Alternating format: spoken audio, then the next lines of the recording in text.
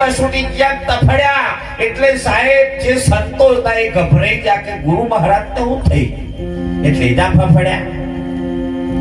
એમણે એમ થઈ ગયું જો મારી હરી ગયો અને ગુરુ મરે એવું કોદાળ હોય નહીં મરે ગુરુ કહેવાય મુકેશ રાવ મરી જાય કહો મરી જા મરજીવા હોય મોજો આ બધા મરજીવા મોજો કેસે નિરાતે રે ઉરે નિરા કારણો રે નહીં રે કાયર નો કોમરે સાહેલી નિરાતે રે ઉ નિરાકાર મોરે મર જીવે માયા પેલી દીધી રે સુરા પુરાનો કોમરે સાહેલી નિરાતે રે ઓ નિરાકાર મોરે સર્વે વૈશ્વર એક સે રે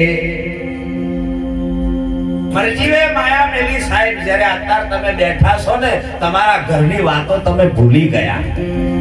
સંતના શબ્દમાં લક્ષા સંતના શબ્દમાં તમારી સુરતા પરવાણી છે કેસર મેલ મેલ રે મમતા આ તો હરિની માયા છે હરિની માયા એવું સમજીતું રે બોલો મકોડો હતો ને મકોડો ગોળ ખાવા તો શેડે ના ખાતો વચ્ચે હવે વચ્ચે જો ખાવા એટલે હવે એક ટોટિયું શું કરે તા બીજું સોટ આપડા આવું લોટ માં એવું થયું છે જેમ જેમ જીભ છૂટવાનો ઉધમ કરે તેમ તેમ બંધ થાય તા ઓમ હોય છે કે બીજી લોન લઈ પતી જાય તા પાછો હાડો આવું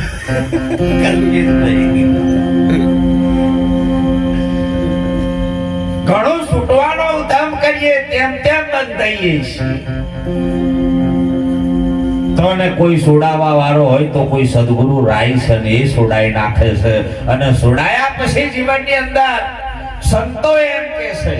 કે દુનિયાના નવે ખંડના કોઈ ખૂણામાં ફરી આવો ને તોય તમારો બાલ કોઈ ઓકો ના કરે હો એટલો પાવર સદગુરુ માં છે સાહેબ બાકી મુકાન ગબડાવા વાળા છે હોણા હોણા નોખે તો પડી જાય ઘણા મને એમ કે છે કે શીખેલો છું મને દોરો કરતા નથી આવડતું આ દુનિયામાં સાચો કર્મ કરો કર્મ સારું હશે તો જીવન સારું કર્મ ખોટા હશે તો જીવન તમારું ખરાબ જ હશે અર્જુન કર્મ સારું કર કોઈની તાકાત નથી મારી ઈચ્છા સિવાય ઝાડનું પોંદડું હલતું નથી અર્જુન જેવું કર્મ કરશે ને એવું ફળ એને ભોગવવા જ પડશે એમાં ગમે તેટલા બધા તો ઊંધા પડે ધૂપ ધૂપેડા કરે ગમે તે કરે એ કશું કોમ નહીં લાગે હા કાગડા ને બેહું ડાર ને ભાગું કોઈ ભૂવો કોતી દોરો કરે મટી જાય એટલે એમ ના કેવું કે મને ઓન એમ દોરો કર્યો મટી ગયો લે એની તાકાત નથી કે તારા દુઃખનું નિવારણ લાવી શકે સાહેબ એ તો સાહેબ તારા પારધનું કંઈક છૂટ્યું ને એમાં તારું કલ્યાણ થયું છે ભૂખનું હારું કરે તો ડોક્ટર જોડે ના જવા પડે ભૂવાય બચારા શું કરે પણ આયા હખણા આવી જગ્યાએ દહના મિલતા હોય તો પેલા કોઠો કઢાવે કે ના કઢાવે અને અમારી જોડે તો ડુપ્લિકેટ જ નોટો મિલે ફાટી લ્યો તા હું બલીનો બેહું એટલે પેલા જોઉં કેટલી નોટો હારી આવી છે એ તો નવે કેવી તો ફાટેલી જ હોય ઘણા તો થોરીઓનું દૂધ લગાડીને હો તો ફાટી તૂટી જોઈએ એવી હાલત છે તો એમ કહું કે આ બસ આવી જ આવે હઈ પા 900 ની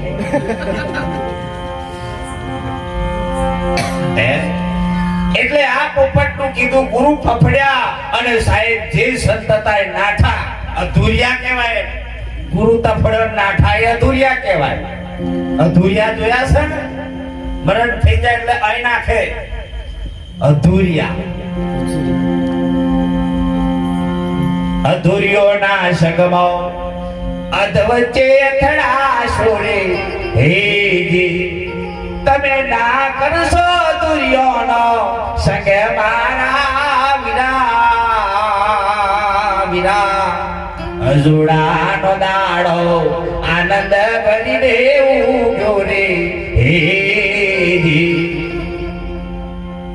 સાહેબ નાઠા એટલે પોપટ જે પોજરામાં તો હેરી નીકળ્યા એટલે પેલા ઉભા રહ્યા કઈ નાઠા મારા પ્રશ્નનો જવાબ આલતા શું જવાબ આલે કે તારો પ્રશ્ન મેળો ગુરુ તફડી અમે તો ફાર ખાઈ નાઠા છીએ એ નાહી જા પણ પોપટને સોન થઈ ગઈ કે મારા ગુરુએ સોન કરી પોપટ તમે જોઈનો માલિક આવ્યો પોપટ પોજરામ તફડ્યો માલિક ગભરાયો કે પોપટ શું થઈ ગયું પોજરામાંથી કાઢી બહાર મેલી પાણી લેવા જો પોપટ ઉડી ગયો કેવા ના પડ્યું થઈ જાય આશીર્વાદ આલવામાં ના આવે આશીર્વાદ અપાઈ જાય સાહેબ આલવામાં આવે તો બધા ઢોંગ કહેવાય કોઈ સાધુડા પતિ બે હાથ ના હોય તો કઈ રીતે આશીર્વાદ આલી શકે તો આશીર્વાદ આલવાની ભૂમિકા કઈ છે એટલે બહુ હતી સમય ના લેતા મારી વાણીને વિરામ કરવા જઈ રહ્યો છું એક વાણી બોલી સંજયભાઈ શ્રદ્ધાંજલિ ભજન થી તરબોર કરશે બધાય આ જગ્યાએ હંમેશા માટે જ્યારે સાહેબ હવે આગળ ફૂલ અર્પણ કરવા આવો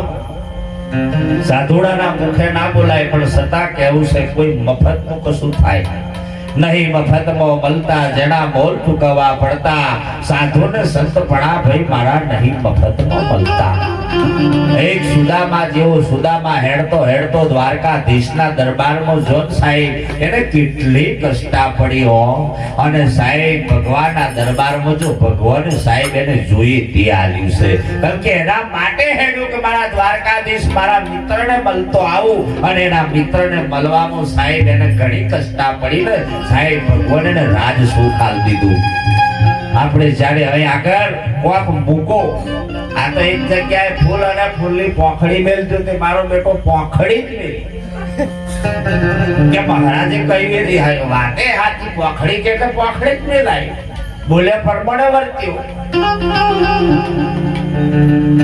₹1 ₹2 આરતીમાં પણ એવો નિયમ છે કે આરતી પણ એમને એમ નથી લેવાતી અને સાહેબ એ જગ્યાએ જો ₹10 મેલો ભજન જે આવે છે ને બાપ એ પણ સંતનું સ્વરૂપ છે ભજન એ સંતનું સ્વરૂપ છે એ ભલે કોઈ ભજનિક આપણે કોઈ ગામના ઓળખતા હોય પણ જે ભજન છે એ ભજન ભાવે કરવો અને ભજન ભાવથી કરો સંત સ્વરૂપમાં જે 10 બાપ એ ભજનમાં જશે એ હું ઘણી જગ્યાએ આ તો નહીં બોલાડું કે એક જગ્યાએ તમે જુઓ મિત્રો એટલા બધા ભય મળી ગયો તો દવા પી તો તમે જુઓ તો એક જણા ઉભા થયા કે મારો જીગરી જાન હતો બીજો આય મને કે મારો જીગરી જાન હતો આટલા બધા પછી મેં નિર્ણય કર્યો એક થાર લાવો અને વચ્ચે મેલો જો સાચા મિત્ર હશે તો આ મિત્રને મુક્ત કરવા માટે ગૌશાળામાં દાન આલવાનું છે ₹100 થી ઉપર દાન કરે હાથું ગભરાણા આયા હોય હો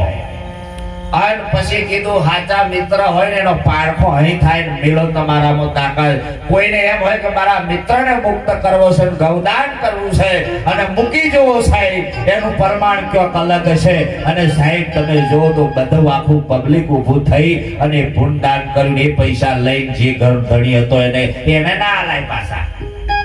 તમે જાય બીજે ગૌશાળામાં કોઈ એવો સારો માણસ હતો સાધુડા જેવો એને કીધું આ ગૌદાન કરજે અને જ્યારે તું પૈસા આલો ને એનો ફોટો મારી પર મોકલજે મને પ્રમાણ કહીશ ગાયનું દાન પણ જો 12માની વિધિમાં ગાયનું દાન થાય છે ભોણિયાને પલંગ અલાય છે એના સંપલ પહેરાવે એનો કપડો અલાય છે સાહેબ રકમ પણ આલવાનો રિવાજ છે સંતો એમ કહે છે કે આલ્યું એટલું ઓછું તમારા ભણિયાને કોઈ તકલીફ ના પડે તમારા ભણિયાને સમયે કોઈ તકલીફ હોય તો પોકી જાય અને મોમો કયો અને એ સમયે કોમ લાગી જાય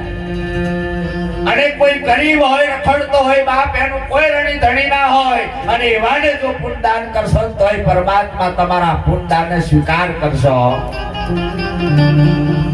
આપણી જોડે ફૂલ ફૂલની જેમ મળે એ કરો, પણ સાહેબ હાચા ભાવથી કરો. હાચા ભાવથી કરેલું કામ લાગે. મારી 2 રૂપિયા કાઢી પાછો કાઢું, 10 રૂપિયાનું થોડું થોડું નાખવાનું કામ લાગે. તો પછી બોલ. એટલે ભજન બોલી મારી વાણીને વિરામ કરો. સદગુરુ મહારાજ